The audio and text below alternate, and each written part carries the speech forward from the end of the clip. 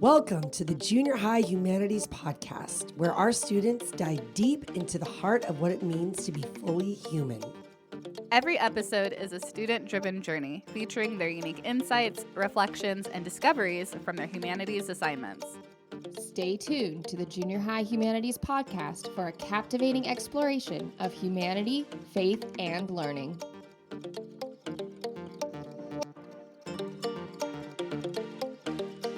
Hey guys, this is Junior High Podcast. We have Rain, Trey, Chase, Graham, and me, John. So in this book by The Hobbit, we're going to be discussing some questions and topics we have on it. The first one is, for those who might not be familiar, can you give us a quick recap of the story? Like, who is Bilbo Baggins, and what is his central quest? A recap of The Hobbit is a venture with a company of dwarves and wizards. The central theme of the story is the personal growth in Bilbo. Yeah, that's a good point. Graham, what are your thoughts on it? I agree with Chase. Yeah, The Hobbit is a very good book about 13 dwarves that go on a journey. Yeah, you guys make both really good points about what's happening in this book. So on to our second question. What was the first experience with The Hobbit? Did you read the book first, or did you see one of the films? Well, for our school, we had to do summer reading, and all of us read The Hobbit, which was one of the 7 choices. Yeah, that's actually a good point. We all had to do that too. Mm-hmm. What about you, Chase? Did you read the film first, or did you watch the book? I did both. I liked them both. They were cool. Yeah, that's good. Rain, anything to say on that?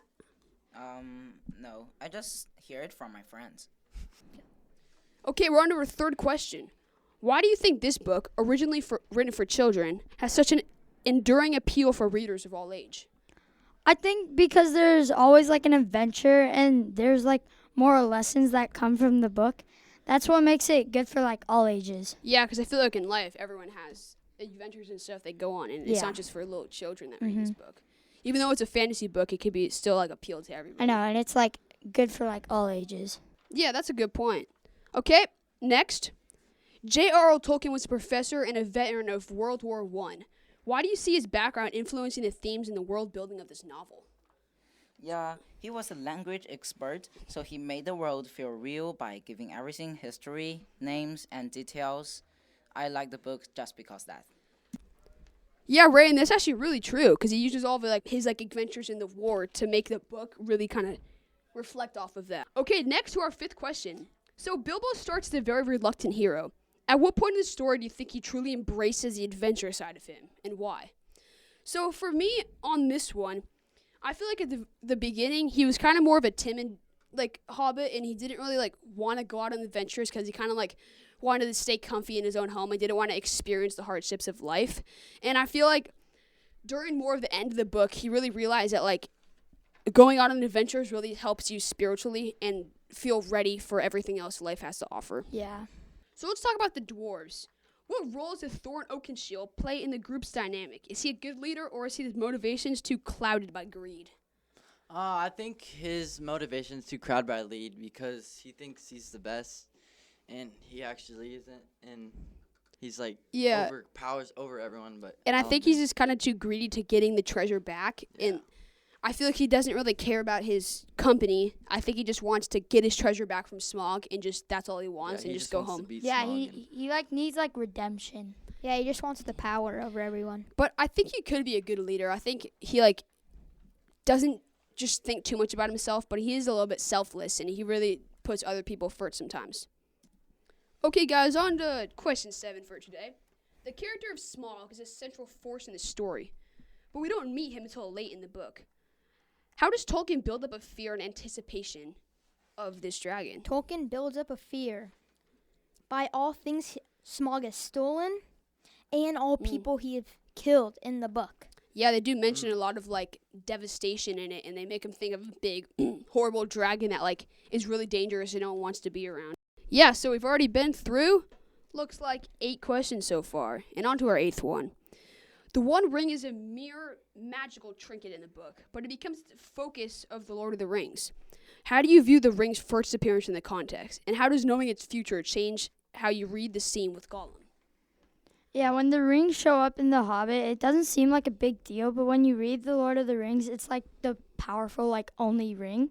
Yeah, the one ring that the evil person wants. And so Bilbo kind of just looks at it like as like what something do you call it? Like something like not a big deal. Like he can turn invisible. Yeah, he and thinks like, that's just that's it. But if you read the Lord of the Rings later, apparently all of like the high kings of the land, they all get their own ring. So this is a really special ring. We just haven't seen its use yet. Yeah. Only turning invisible. And I think later in the Hobbit trilogy, we're going to see more of the use of the ring.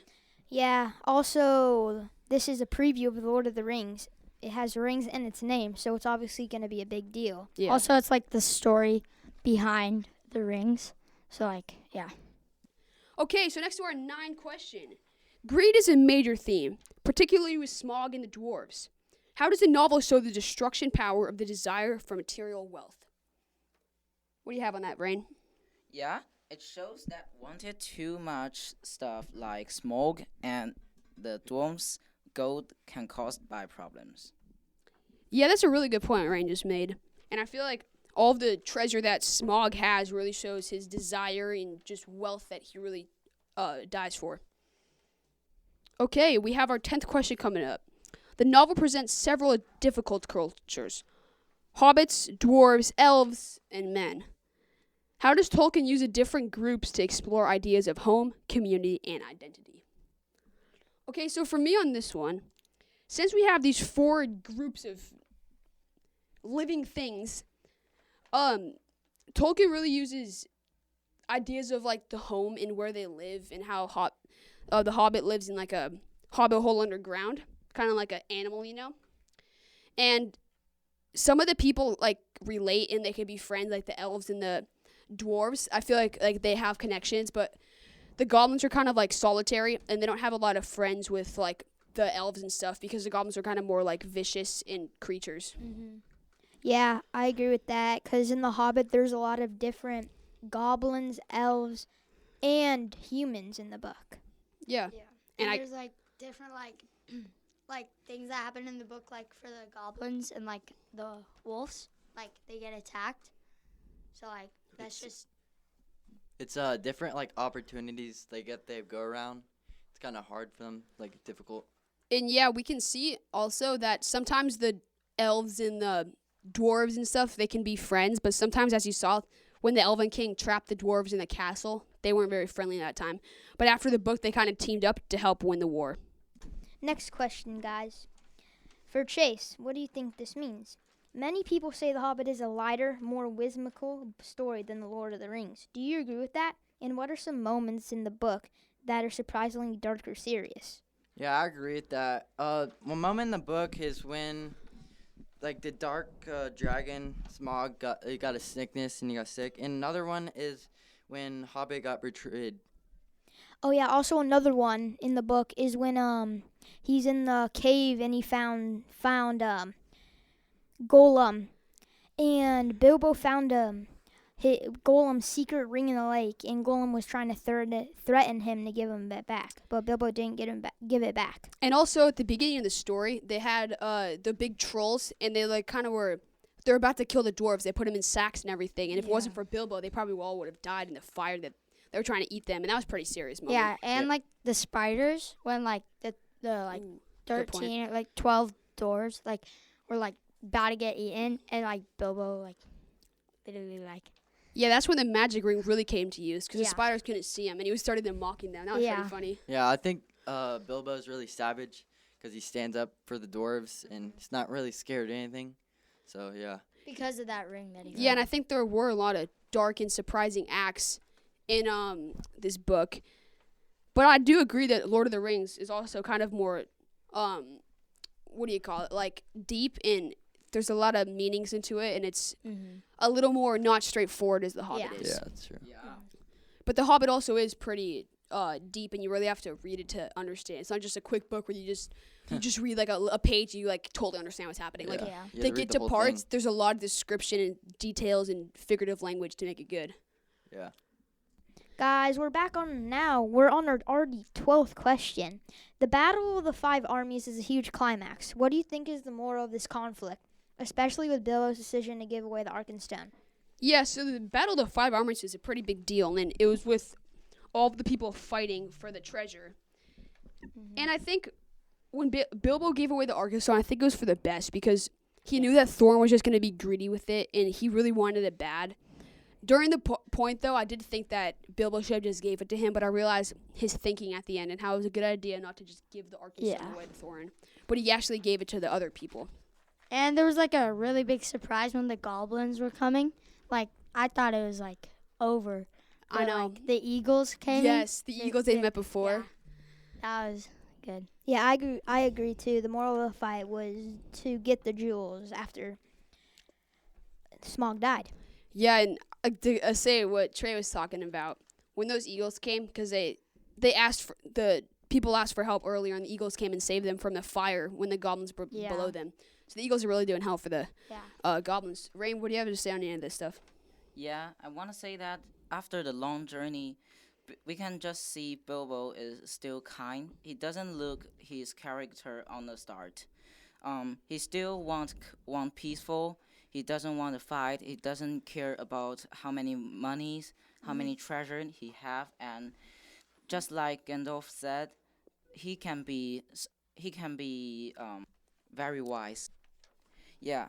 If someone have never read any of Tolkien's work, why is The Hobbit the perfect place to start? Yeah, so that's a great question, Rain. I feel like The Hobbit is a perfect place to start because it's also for all ages, and anyone can read it if they wanted to. And it's not specifically designed for younger age or older age like some of the other books out there on the market that are fantasy. Also, it's like the first in like. Yeah, we're not The like Lord starting of the the second Rings. book. It's the Yeah. first one, and if you just like read the Lord of the Rings book, it would kind of expect you to know the Hobbit trilogy. Yeah. But it just Also, like a lot of questions that you would have after reading it. But yeah. Yeah, also the book is a preview, and a lot of books don't have the preview of the story that are in the series of the books. So it just explains like what's going to happen in the book before everything starts. Yeah, the Hobbit's kind of like it's the before the Lord of the Rings. So it's like kind of explaining Middle Earth and how that became a thing and everything. Yeah, and this book kind of has everything. It has fighting, emotional parts, you know. I like that about it. Yeah, it's really dynamic. It's like exciting in like every way, and like that just gives the joy. Yeah, to like it. and you don't know what's gonna happen next. Like there's always Mhm. big surprises and things Yeah. about it. Yeah, and the book's just so interesting to read. Yeah, good point, guys. Yeah, Chase, anything you want to say like about Bilbo or anything? I liked after Bilbo was done with his mission, he like went back and he didn't want all the wealth. He just wanted to be peaceful. He didn't really want to fight with all like the dragons and stuff. And I think he did it for like his personal gain too of not being selfish, but like how he gained his adventurer spirit. And the kind of funny thing is at the end how they were auctioning off his house because he was gone for so long they thought he was Yeah. dead. That's pretty Yeah, funny. And, Yeah, and when he went home, he just didn't want anything to get auctioned off, and he just wanted to eat his scrambled eggs and have a bed to sleep in. Yeah, drink his tea. And one more thing that is Hobbit learned that his mind is less strengthful than his body. Like his mind is less, like his body's more strength. Yeah, good point, guys. I enjoyed talking about everything we did today, and we had a lot of fun discussing the Hobbit. And any comments about the book, guys? No comments, just goodbye, Have a good everyone. day. Love you guys. Yeah, bye. Love you.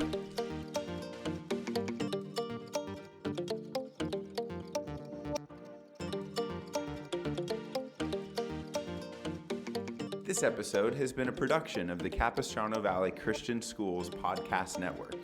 Capistrano Valley Christian Schools is a Christian JK through 12 school in San Juan Capistrano, California.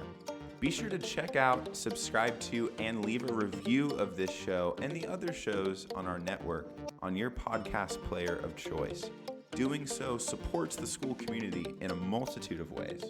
For more information about the CVCS Podcast Network or any of our other shows, check out cvcs.org or email podcasts@cvcs.org. On behalf of the whole network, this is Mr. Jasper saying thank you again for listening and stay tuned for more.